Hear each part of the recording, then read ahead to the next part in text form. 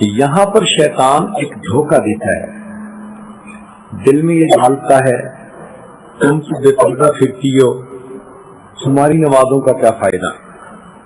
یہ بہت بڑا دھوکہ ہے۔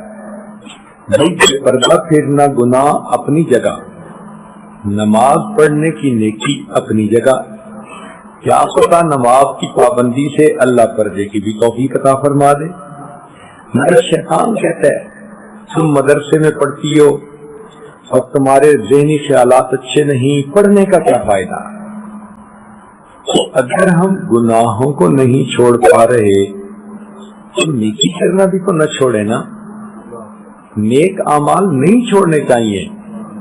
کپڑا زیادہ میلا ہو تو صابن زیادہ لگانے کی ضرورت ہوتی ہے، یہ تو نہیں نا کہ جی صابن تھوڑا ہے دھونے کا کیا فائدہ۔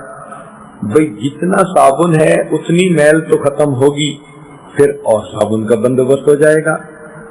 تو انسان نیکی نہ چھوڑے، گناہ چھوڑے۔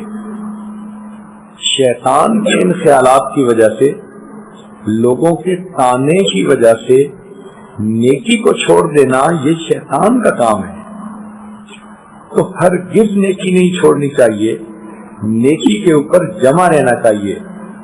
بلکہ اگر گناہ زیادہ ہو رہے ہیں تو ان کو بخشوانے کے لیے نیکی بھی زیادہ کرنی چاہیے۔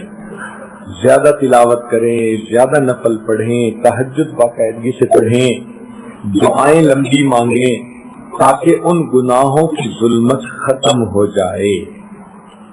لوگوں کے ساتھ حسن سلوک کے ساتھ رہنا، یہ چیزیں گناہوں کو مٹا دیتی ہیں۔ چنانچہ حدیث پاک میں ہے، دو مسلمان جب آپس میں ملتے ہیں، ایک دوسرے کو شیک ہینڈ کرتے ہیں، تو ان کے ہاتھ الگ کرنے سے پہلے ان کے گناہ اس طرح جھڑتے ہیں جیسے پت جھڑ کے موسم میں درختوں کے پتے جھڑ جاتے ہیں۔